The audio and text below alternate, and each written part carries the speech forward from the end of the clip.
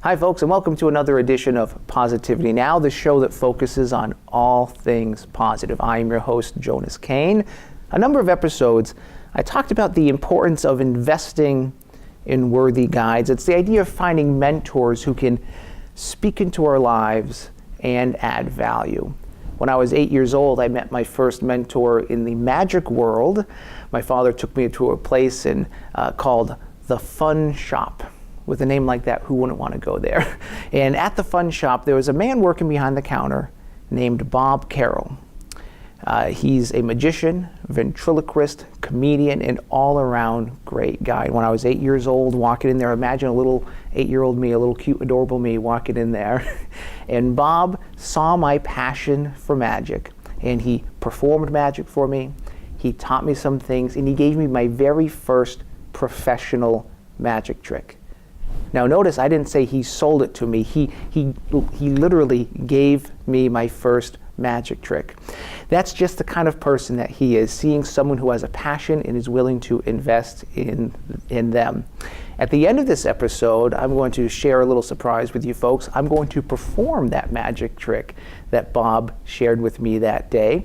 But first, I recently had an opportunity to sit down with Bob in his home in Burbank, California, and I got to ask him about his secret to success, how he's been able to facilitate positive experiences in his own life. Take a look.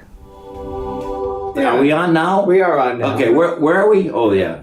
Okay. We're in Burbank, California. Burbank, California. That's right. I was telling you a story. Pardon us. We're talking. Yeah. I was telling you about being persistent, and I was telling you that when I was a kid, I started at 9 years old with my uncle mopping floors in office buildings, and that's not a big deal today because kids they don't want to do it. They don't want to play their games, but it was a big deal for me because I got $5 for the day. That's a lot of money in the 1800s. Yes, in the 1800s, it was a lot of money. I didn't get these gray hair for nothing. Yeah, that's right. Yeah. It was. But that was my world into getting into the market of learning how to make a living. And then from then I went to selling car washes, spray wash, car waxes, until I finally said, there's got to be something better. And I wanted to be persistent in what I was doing at all times, because I said I didn't know what the word meant. But when I was a kid, I used to watch Ed Sullivan. And for the older people in the audience, they would know that he had a variety show. Really big show. Really, really fine show right here. Now we're on our audience tonight. Mr. Johnny Weissmiller. Come on, Johnny, do some swimming. Do your Tarzan yell. Come on out here.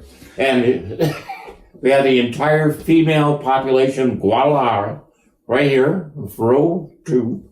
So yeah, I would watch Ed Sullivan, see the variety acts, and I would say, oh, Topo Gigio, Little Mouse that talked, Paul Winchell, Jerry Mahoney, Jimmy Nelson, Danny O'Day, magic acts like Mr. Electric was on the show, Cardini was on the show, and so I said, why can't I do all of those things?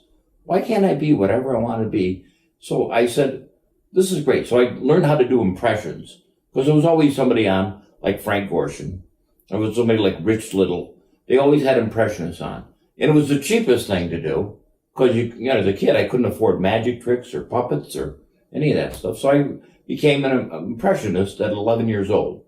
You must have made a big impression. I did make a big impression. I did John F. Kennedy. I did Johnny Carson. Here's Johnny. I was much better at 11 than I am now. And I did Ed Sullivan, and I did James Cagney, and I won the contest. And it was at 11 years old. At 11 years old, there wasn't that many acts in my town. Okay. It's easy to be number one. It was like 7 or 8 acts. Billy Benton and his Blind Bears. It was a lot of different Blind Bears? I don't know. It was a lot of different variety acts. So anyway, I won, and the radio station said, could you come on our radio station and do those impressions? So I thought it was great. I mean, I was 11 years old. I was on the radio. And it was those days when they had these big records. I mean, these were big records that they had transcripts on. Like a show would be on a big turntable and say, now it's time to listen to the Bergen and McCarthy show. And put the record on, and for half an hour it'd be just the record. But then they interrupted the records and stuff, and then they played records, and they had me on, and I'd do impressions, and it was great. I really liked being on the radio, and I said it was perfect for me, and I said I'm going to be a disc jockey. That's how I wanted to be persistent. I go, this is the way I wanted to do. I'm just going to be a disc jockey the rest of my life. So I kept going to the radio station all the time. Little did I know they didn't want a kid at the radio station hanging around, but they couldn't get rid of me. No matter how many times I just show up and they go, you here again? I would file records. I would get the news. I would help them out with different things. I'd go get them coffee, whatever. So the disc jockeys, they didn't want me to leave. Yeah, because you were helping them out. Yeah, if they had to go to the restroom, they go, could you watch the records? Don't make sure everything is fine. I go, okay, and don't touch this. No, fine. So, and I says, this is great. So then I became like a mascot. If I wasn't there, they go, where's Bob? Is Bob coming in today? So I would ride my bike to the radio station. And, those days, everything was safe. You could hitchhike in those days. In the 60s. You weren't afraid of things. Today, you don't want to do that. So I was always at the radio station. I was always doing things for them. Until one day, the station manager came up to me and said, you can't come in here anymore for free. And I said, what do you mean? We're not going to let you come here anymore and do any of this stuff anymore. And I was like, You're probably crushed. I was crushed. I go, I thought I was, they said, so instead, we're going to pay you. So I said, really? It's even better. I said, it was great. I said, and at this time I was starting high school, and it was one of those things where I go, now, this is great. I'm going to be a disc jockey, which I thought was going to be a great gig. But they wouldn't let me on the radio because my voice was too high. Because I was talking like this. My voice hadn't changed yet. I didn't sound like a radio announcer. I was trying to sound like a radio announcer, but I just couldn't do it. So eventually, what happened was, this is how I was worried. They had a show called the Bob Carroll Silent Hour, where I play records, there'd be commercials, and every once in a while you'd hear a disc jockey come in saying, you're listening to the Bob Carroll Silent Hour. But it wasn't your voice. It was not me. It wasn't me. So but you it were was somebody disc else. jockey on the radio, but you couldn't talk. People go, who's Bob Carroll? They don't know. Well, you can't see me, so what's the difference? Yeah. So I said, well, this is crazy. And you were probably like 13, 14? I was like 14 years old by now, and the voice was starting to change. And this was in New Jersey? No, this was in Gloversville, New York. Okay. At a station called WENT. So I would do this, and that station's still there. I can't believe it. I don't know how they make any money, but they're still there. So it wasn't my fault that, but they finally said it was Christmas morning, and the owner of the station knew I was there, but he never knew I was there. He was paying me, but he didn't know my name. He was, what's that new kid? Who's that new kid you got? So it was just about Christmas Eve. And one of the disc jockeys decided he wasn't going to come in on Christmas. He didn't want to come in. It's a holiday, right? It's a holiday. He wanted to be with his family. So the manager said, well, you got to come in. And the guy goes, I don't want to come in. So who are we going to get? So get Bob. Let him do it. And Tom McHugh, who was the disc jockey, called me up on the phone. He says, guess what, Bob? You're working Christmas Day. Now, tell us to your mother and father that you're going to work Christmas Day when you're supposed to be opening presents. Yeah. Because they're expecting you to open, I said, well, Tom, this is great. I said, but I can't talk on the radio. They won't let me talk. He says, yeah, you're going to talk all day. You're going to talk. You're going to do commercials. You're going to do news. You're going to do everything. I says, why is this? He says, because I'm not coming in. I'm going to be with my family. So as you're growing up, you say, this is an amazing event. It's something you go, I'll never forget that day. Even though I had to wait for opening, because I wanted to open my presents. Of course. You're 14 years old. You still got the feeling of Christmas in you. So you say, I want to open my presents, but I want to be alone on Christmas morning playing records. And I was there all day. I was there from 6 o'clock in the morning. I had my own key. They gave me my own key. And till almost the night shift came on, till like 6 o'clock at night. and just playing records by myself. But Time and a half too, right? Yeah. Oh yeah. I don't think so, because I wasn't working 40 hours a week. But in those days, anything, I don't know what. Again, disc jockeys never made much money in those days. Not till you got the big disc jockeys now, like Howard Stern or Don Imus. In those days, they were making money, but disc jockeys didn't make money. You did it for the love of radio, because you never knew who was listening, whether it was one person or 600. You don't know who's out there.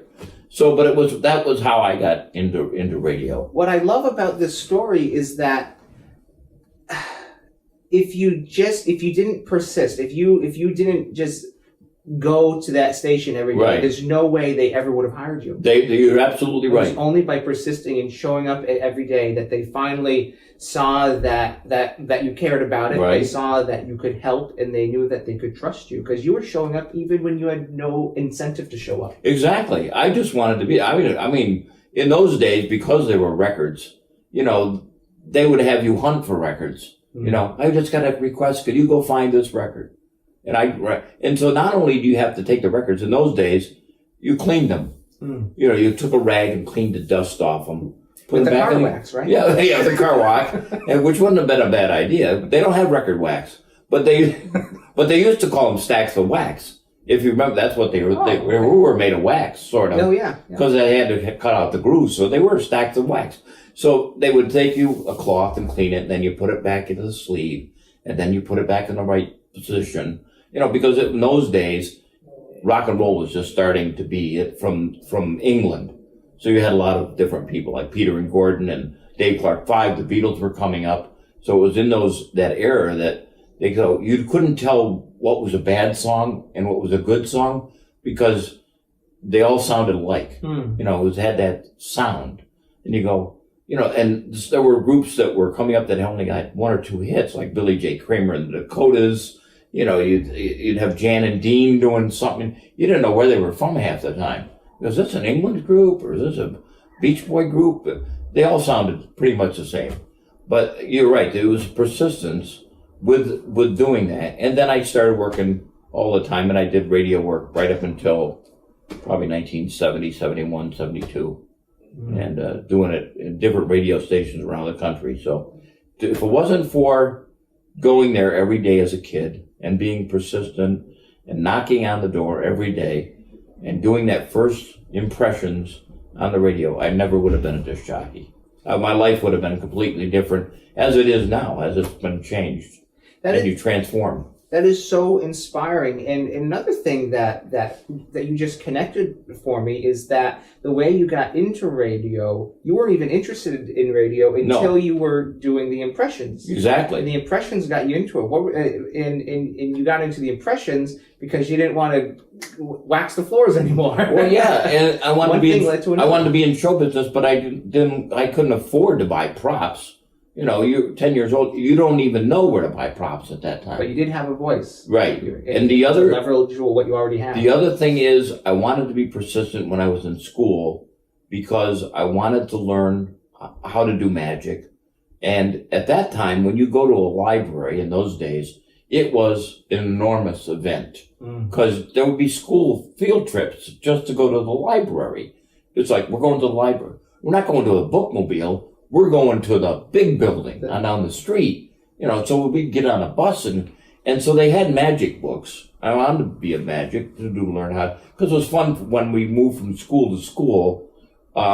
Every time my parents had a kid, we had to find another house because one more bedroom. So we moved from town to town a lot. We were like vagabonds, but I just told my mother, well, why don't you just buy a big house, 6 bedrooms. So I would go to the library.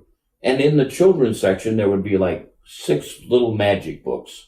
You know how the 7, magic tricks for children and all this. And I went through those books maybe 70 times. I don't know, the same books I took out all the time. And one day I found the Dewey Decimal System in the thing, and I went, what's this? This is where the books are stored. Let me look this. So I looked, 791.2 or whatever that was. I go, that's where all the magic books were. but they weren't in my section. They were in the adult section. Oh. I said, "Oh, should I go in there?" It's the adult section of the library. It's like it sounds right, because you have the insane. children's section and then you have the adult section. So I went to the librarian, and I said, "You have magic books," and it was almost like a cave. It was like, I'm so scared to go in there. Do you have magic books in that other room? Can I go see them? It was like, You have to show an ID to get in. right, it was like voice of God saying, "Yes, you may, but you never take those books out of the library. They have to stay here." And you go, "Why?" So I went there and I found, believe it or not, this is for the holy grail of magicians, was the Tarbell. The whole series? The whole series. Wow. At that time it was only 7, then we've gone to 8. Yeah. But at that time there were 7 volumes of every magic trick you could ever learn at the library. And I saw those books and I stayed at the library for hours. That's a lifetime that you'll never be able to learn everything from You that. can't learn every trick in those books, but by opening them, it got me thinking about other things. I said, "This guy is amazing that he wrote all this stuff." And I thought he was like a genius and he had all the magic volumes. That's a legacy. It was a legacy. So I read the book as much as I could, but there were illusions in the book, and there were things that you had to make, and there were things that you had to learn that you couldn't do by sitting at the library. Yeah. It's not like you could bring in, a box and cut it and make illusions out of it while you're at the library. So I begged the librarian. I was very persistent. And so I just said, "Can I just take one book out? I'll have my mother come down and check it." She says, "Yes, if your mother comes down, you can take any book out that you want." Oh.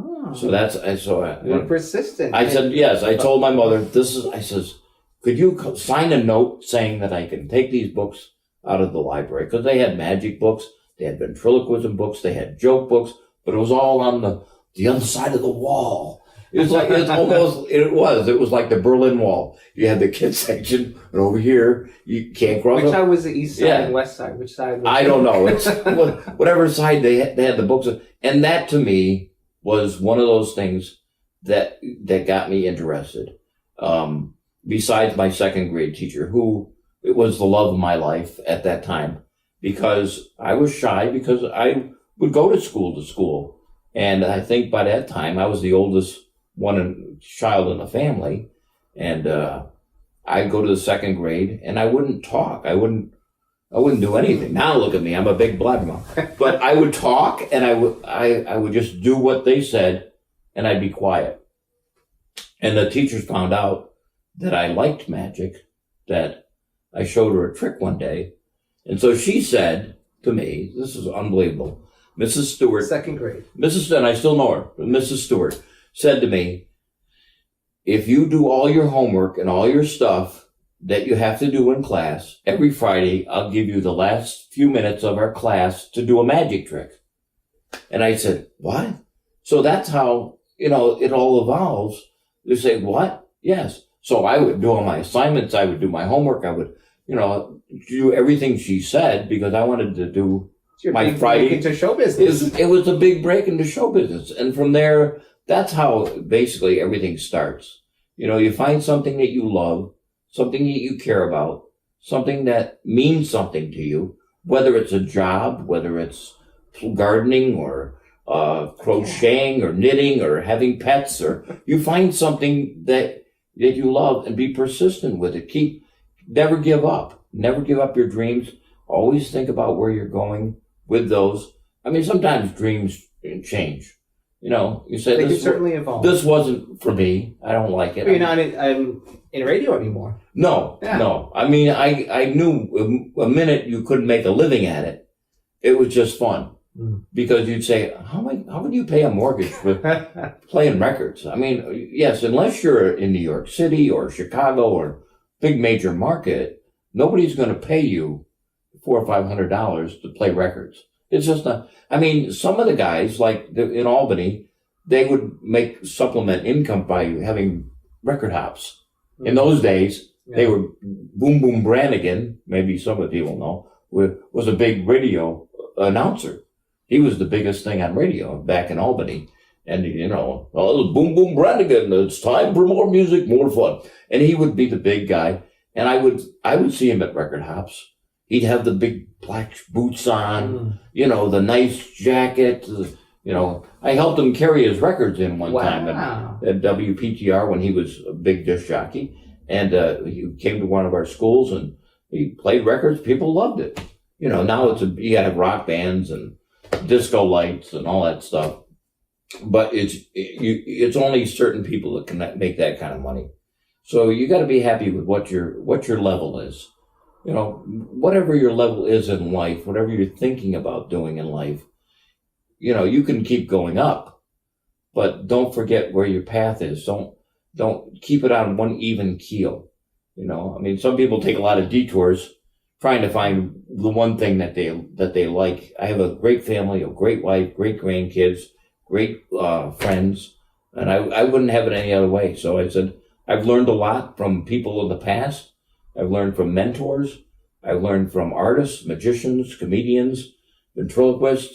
I've met a lot of famous people, and I'm happy with the way it turned out. Now that I'm retired, all my grandkids can watch my magic tricks, but it's an amazing event just to be in here. It's nice to have a built-in magic act right in the family for them. Yeah. It is. Anytime they want to have a birthday party, get Grandpa to do a trick. But that's perfect. I hear that the great Slim Jim sometimes makes appearances. Yes, the world's worst magician comes on and makes videos once in a while on YouTube. The great Slim Jim, which is a takeoff or parody on Shin Lim, who won America's Got Talent. So if you want to see something really bad, go to YouTube and look for the great Slim Jim. And Shin Lim is another example of persistence. I've heard a little bit about his story that he was originally a pianist. Right. And he got injured and he realized that he wasn't going to be able to play at the level that he wanted to anymore. Exactly. So as a way to heal and to get back, he started learning magic. Right. As a way to get back. So that's another great example of how persistence can not only keep moving us forward, but can also help us evolve our lives and growing into new. But if he hadn't been injured, if he had stuck with music, he would not have won America's Got Talent. Exactly. Well, if you look at that in that sense of America's Got Talent, there's so many great acts, but most of them, two of them have been ventriloquists, and 2 of them have been magicians. Yeah. And that is an amazing thing right there. So it was Terry Fader. Terry Fader, Darcy Lynn was a ventriloquist, and she won. Yeah. It was Shin Lim and Matt Franco. Yeah. So those are classic vaudeville acts. They are great acts, and it's like amazing to me that they won, because a few years earlier they might not have. And another ventriloquist that did win was Paul Verdi. He won America's Got Talent. So there's 3 ventriloquists that have won. That have been on America's Got Talent, that have won. Some of them had TV shows, and some of them have specials, like Darcy Lynn had a special. Terry Fader's just signed another contract for $100 million. You can't beat it. I saw Darcy last year when she came through to Foxwoods. Yeah. She packed the house, the Grand Theater, the big theater there. She packed the house and she owned the crowd. Yeah. She had everyone in the palms of her hands. She's really good. Palms of her puppets. And she's a great singer. Yeah. And the thing of it is, when you're a ventriloquist or a magician, you don't win on comedy. You win on singing ability. Because Darcy's a good singer. Terry Fader's a great singer. Terry is one example of being an impressionist. And he probably, if he put the puppets down and just did impressions, he might not have won. But because he was doing impressions through the puppets, that's very unique. And so he was getting away with a lot that maybe he shouldn't have, but he did the right thing, the right path, to say, I'm an impressionist. But people don't want to see an impressionist. And he says, I'm a comedian, but he wasn't doing that many jokes. If you watched his performance the first time he won, everything was around music. He had this Etta James song, and they had all these other things that he did with the puppets to make them sing. And that's how he won. But he did a lot of jokes. But people don't win on jokes. I think a lot about the Smothers Brothers and how I know a little bit about their story, in that they were trying to make it as just folk singers. That's all they wanted to do was be folk singers. That's what they were passionate about. But the problem was they sounded like every other folk singer. Yeah. And the only way to be different was to throw in their absurd sense of humor. Exactly. In there. And that created just enough difference to propel them to have their own show, Right. To be able to tour the world and have all these records. That's right. They had a lot of comedy albums. And the thing of it is with them is they knew that folk singers were dying out. There was that time where it was Peter, Paul, and Mary. You know, there was the New Christie Minstrels. There were all these folk type songs that they said, well, why don't we just change it and make fun of some of the songs that we do? You know, I'll start out serious, you come in and be funny. And that's how it worked. Dick and Tommy Smothers did great. And a story about that is one of their producers on their show who worked for them was Harry Blackstone Jr. I didn't know that. Harry Blackstone Jr. worked on their show. And if it wasn't for Tommy Smothers, there would be no Blackstone Magic Show today. Really? Because Tommy Smothers said to Harry Blackstone, why don't you do your father's act? I've seen you do a couple magic tricks. Why don't you bring that stuff out? Do you still have it? And Harry Blackstone, in his deep voice, said, why, yes, I do. You know, his commanding voice. He said, yes, I do have all that stuff. And he said, do you think I could do that? He said, yeah, just do your father's act, but do it your way. So Tommy Smothers was responsible for Harry Blackstone going on stage and doing that. Amazing. No idea. Yep. Amazing. Persistence. And and that's just another way of showing that you never know. Just blindly doing something over and over again isn't the same as trying something new. Keep moving forward, right? But finding new ways to get there. Right, because I was taking the path of show business. I just didn't know which path I was taking. And the most amazing thing about all the things, I did this for a living for over 50 years, and I never once had an agent, never once had a manager, never once got a call from an agent, except once in Canada. But I did it all on my own. Wow. And that's being persistent. When you make hustling. When you make your own phone calls, when you get your own dates, when you book nightclubs, when you book theaters, when you book amusement parks, and then the last 25 years working as a performer in school shows, doing safety and drug awareness programs. And that is a long career without having one agent or come up to you and go, hey, where you been all my life? You know, so there are a lot of people who are unknown that make a good career. Well, you're the world's most famous unknown magician. Yes, the world's most famous unknown magician and ventriloquist. Yeah. And the books are available on Amazon. Yes. Yeah. I think we covered everything. I think so. Thank you, Jonas. It's a pleasure. Always good to see you. Yeah. Since you were 8 years old. I was just a little guy. You were a little guy. Thank you, and I'm glad I was able to teach you some magic in your life. Thank you, Bob, for everything. Thank you, Jonas. Bye, everybody. Hey. What a show. That was great. Holy cripe. Yeah. Hey, you got enough material? Absolutely. It has been a joy getting to know Bob after all these years, starting off as a mentor, becoming a friend, and then of course also becoming a colleague in the world of magic. It's been a thrill being able to work with him on a number of projects. And as promised, I'm going to share with you folks the very first magic trick, the first professional magic trick that I received from Bob. And it's the classic 3-card trick. Bob told me, he said, Jonas, all you have to do is follow the red card. And it seemed simple enough. Seemed very simple. And even though he mixed up the cards, I was confident that I knew where that red card was. But I was wrong every time. I could never find the red card because it was never quite where I thought it was going to be. Now, Bob, of course, being the gentleman that he is, he offered to help me out a little bit. And he took the cards and he tried to make it as simple as he could. He eliminated one of the cards. He just got rid of it completely. Now think about this. Now we only have 2 cards that we have to follow. And yet, despite how simple he made it, I could never find that red card. Now, at the time, as a child, I don't think that I understood this on an intellectual level, but now that I have the benefit of looking back and connecting the dots, looking backwards, I think what I see this as some of our most amazing opportunities in positive experiences that we're going to find will perhaps be found in places that we would least suspect. And if you are yourself looking for a mentor, perhaps that mentor that you're looking for might not be as far away as you think. Until next time, my name is Jonas Cain. Stay positive.